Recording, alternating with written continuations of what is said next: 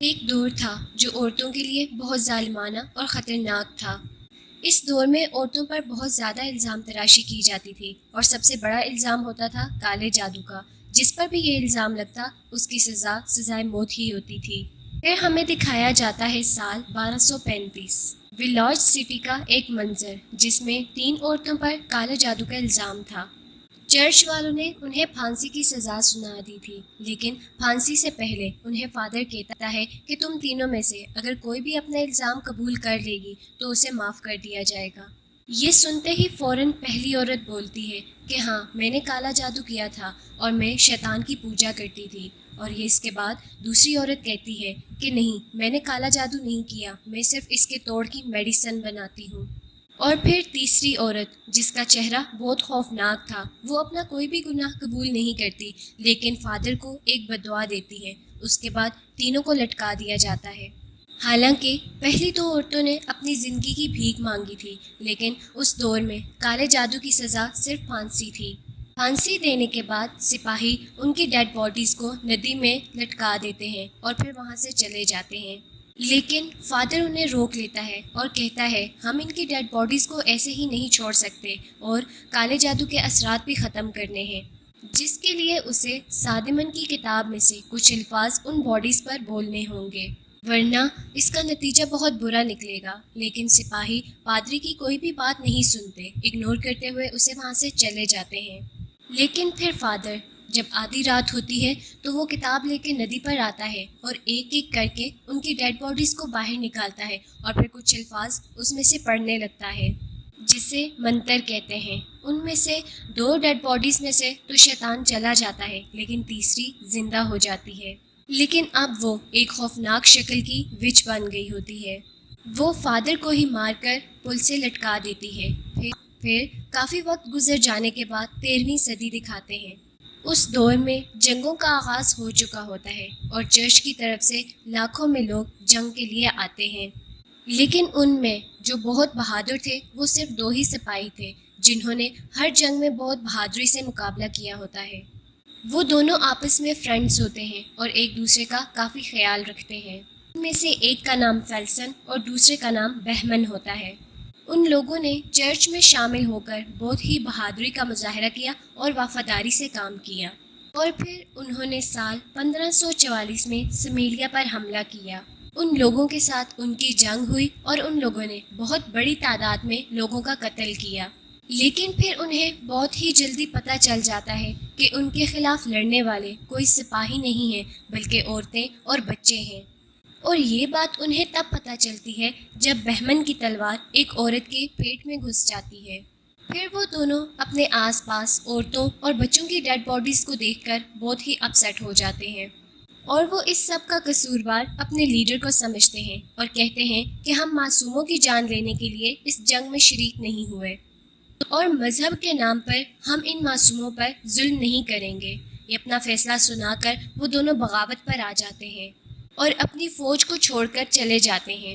انہوں نے چرچ کے آرڈر کو فالو نہیں کیا، اس لیے وہ باغی بن گئے، تو تب ہی انہیں چھپ کر رہنا پڑتا ہے۔ اس وقت میں عیسائی مذہب بہت عروج پر تھا اور ان کے قانون بھی بہت سخت تھے، جس میں بغاوت یا دھوکہ اور کسی بات کو پورا نہ کرنے پر سزائے موت سنائی جاتی تھی۔ پھر وہ دونوں سٹیریا سے گزرتے ہیں جہاں پر انہیں جنگل میں ایک گھر نظر آتا ہے، تو وہ دونوں وہاں مدد کے لیے جاتے ہیں، لیکن وہ دونوں پادری وہاں پر جا کر بہت حیران ہو جاتے ہیں۔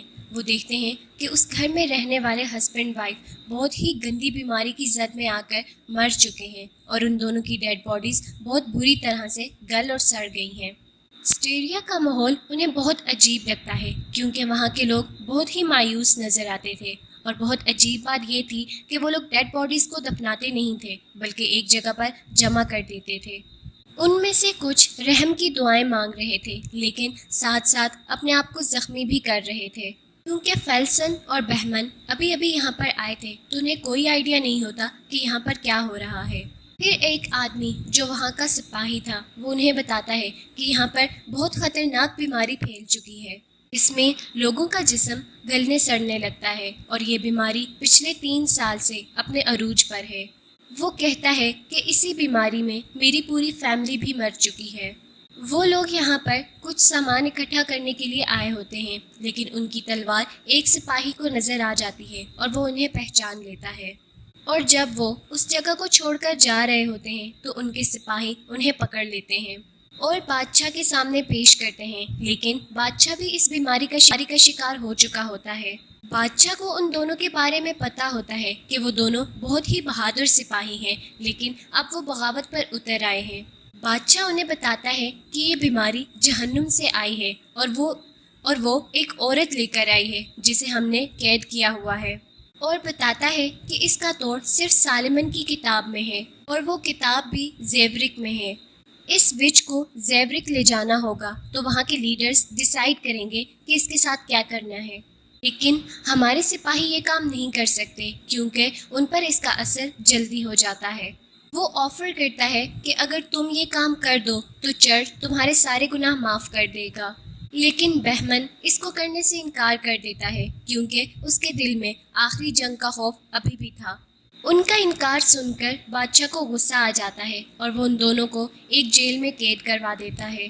ادھر ہی وچ بھی ہوتی ہے، لیکن وہ وچ دیکھنے میں بالکل بھی وچ نہیں لگ رہی ہوتی۔ بہمن کو اس پر ترس تب آتا ہے جب وہ آدھی رات کو اپنے زخموں کی وجہ سے کانپ رہی ہوتی ہے۔ پھر بہمن اس پر ترس کھا کے بادشاہ کو ہاں کر دیتا ہے کہ وہ لوگ اسے زیورک لے جائیں، اور یہاں سے زیورک تک جانے میں 6-7 دن لگ جائیں گے۔ ان کے ساتھ جانے کے لیے وہاں کا ایک فادر اور ایک سپاہی بھی ان کے ساتھ شامل ہو جاتے ہیں۔ ان کے پاس وہاں جانے کا کوئی آئیڈیا نہیں ہوتا، صرف ایک میپ ہوتا ہے، لیکن بہمن میپ پر کوئی یقین نہیں کرتا، اسے ایک آدمی چاہیے ہوتا ہے جو پہلے وہاں جا چکا ہو۔ اس ڈیمانڈ پر ایک سوداگر ان کی مدد کرتا ہے جو 9 سال پہلے وہاں جا چکا تھا، جسے سارا راستہ پتا تھا۔ وہ 5 لوگ ہوتے ہیں اور وچ کو اپنے ساتھ ایک جانگلے میں بند کر کے لے جا رہے ہوتے ہیں۔ دیکھنے میں وہ لڑکی کسی کو بھی وچ نہیں لگ رہی ہوتی سوائے فادر کے۔ سفر کے دوران وہیں پر رہنے والا ایک لڑکا ان کا پیچھا کر رہا ہوتا ہے کیونکہ وہ بھی وہاں جانا چاہتا تھا۔ وہ بہمن کو کہتا ہے کہ جب آپ کا مشن پورا ہو جائے تو آپ بھی مجھے سپاہی بنا لینا، لیکن وہ اسے وہاں جانے نہیں دیتے۔ پھر فیلسن اس کی تلوار بازی کا امتحان لیتا ہے جس میں وہ بہت ایکسپرٹ ہوتا ہے، تو بہمن یہ دیکھ کر اسے ساتھ لے جانے کے لیے مان جاتا ہے۔ پھر رات ہو چکی ہوتی ہے اور وہ سب باری باری اس چڑیل پر پہرا دے رہے ہوتے ہیں۔ پہلی باری ایک ہارٹ کی ہوتی ہے۔ پھر ایک ہارٹ فادر کو اپنی مری ہوئی بچی کی ایک بات سناتا ہے جس کو وہ چڑیل سن لیتی ہے، اور وہ اس کو بالکل اپنی بچی کی طرح ہی لگتی ہے۔ ایک ہارٹ جو ہی آگے بڑھتا ہے تو ڈائن سلاخوں سے ہاتھ باہر نکال کر اسے جکڑ لیتی ہے۔ اسے بچانے کے لیے فادر جو ہی آگے جاتا ہے تو وہ اسے بھی زخمی کر دیتی ہے۔ اس کے گلے میں بگی کی چابی ہوتی ہے، وہ اسے نکال کر وہاں سے بھاگ جاتی ہے۔ یہ سب ہونے کے بعد فیلسن اور بہمن بھی اٹھ جاتے ہیں۔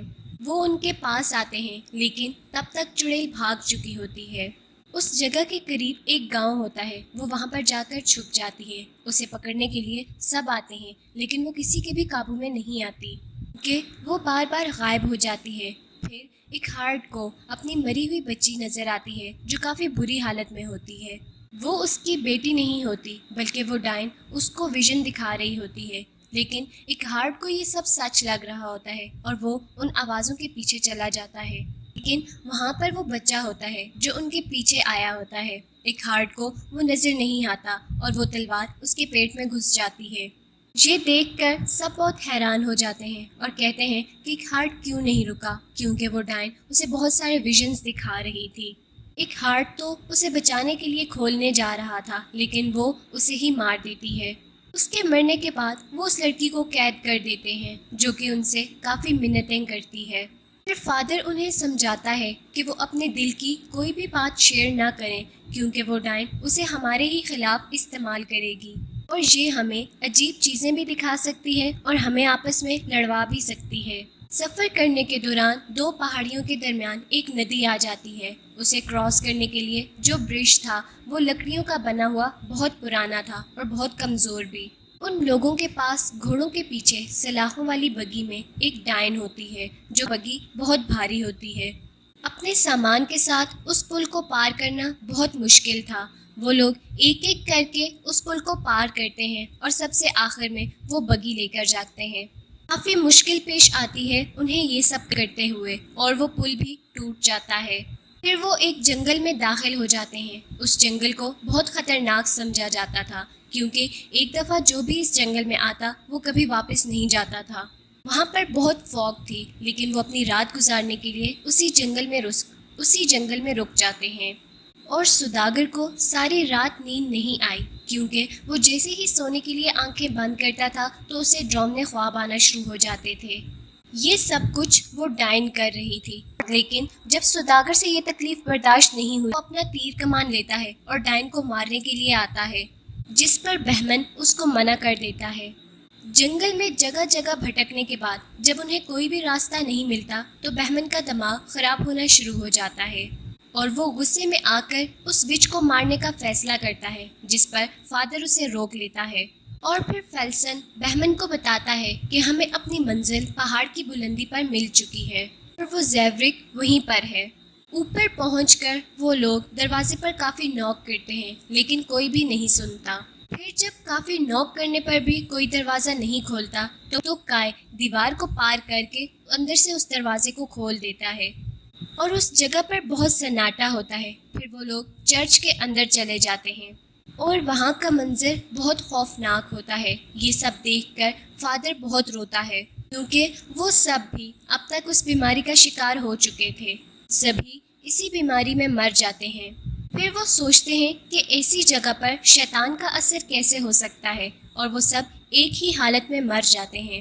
وہ سب لوگ کتاب لکھ رہے ہوتے تھے اور پھر فادر ان کے سامنے اس بات کو ایکسپوز کرتا ہے کہ یہ سب لوگ سالمن کتاب کی کاپی لکھ رہے ہوتے ہیں۔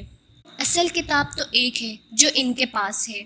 اس میں اس بیماری اور شیطان کے اثر کو ختم کرنے کے کئی منتر تھے۔ ان لوگوں کو یہاں پر آنے سے بہت امیدیں ہوتی ہیں، جس پر بہمن کہتا ہے کہ یہی ہمارے پاس لاسٹ ہوپ ہے اور کہتا ہے کہ جو لوگ مر گئے ہیں وہ بہت بدقسمت تھے اور تم ہی ہو جو ان لوگوں کو اس بیماری سے نکال سکتے ہو۔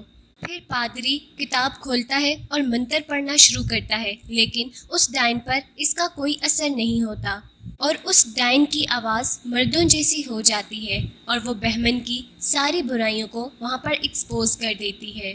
اس ڈائن کے اندر ایک شیطانی روح ہوتی ہے اور وہیں پر سارے راز فاش ہو جاتے ہیں اور فادر فوراً سمجھ جاتا ہے کہ یہ کوئی ڈائن نہیں، اس کے اندر شیطانی روح کا قبضہ ہے جو کہ جہنم سے آیا ہے اور اسی نے ہی یہ بیماری پھیلائی ہے اور اب وہ جہنم سے نکل کر یہاں پر آنا چاہتا ہے۔ فادر کا اندازہ بالکل ٹھیک ہوتا ہے اور ڈیمن کا منتر پڑھنا شروع کر دیتا ہے۔ اس کا ڈیمن پر اثر ہونا شروع ہو جاتا ہے اور پھر اس کا اصلی شیطانی روح سب پر ریویل ہو جاتا ہے، بہت ہی خوفناک شکل والا۔ وہ ان سلاخوں کو پگھلا کر وہاں سے نکل جاتا ہے اور وہاں سے اڑ جاتا ہے، لیکن کائے منتر نہیں چھوڑتا۔ منتر کے کمپلیٹ ہوتے ہی ڈیمن کے اندر ایک آگ کی چنگاری آتی ہے اور بڑھتے بڑھتے وہ آگ پھیل جاتی ہے اور اسے دوبارہ جہنم میں لے جاتی ہے اور وہ اس لڑکی کے جسم سے بھی چلا جاتا ہے، لیکن بہمن کی اس قربانی سے کئی لوگوں کی جانیں بچ جاتی ہیں۔ بہمن کے گناہ بھی معاف ہو جاتے ہیں کیونکہ اس کی دعا بھی قبول ہو چکی ہوتی ہے۔ کائے ان تینوں کو دفنا کر لڑکی کو وہاں سے لے کر چلا جاتا ہے اور وہ خطرناک بیماری بھی ختم ہو جاتی ہے اور یہیں پر مووی بھی اینڈ ہو جاتی ہے۔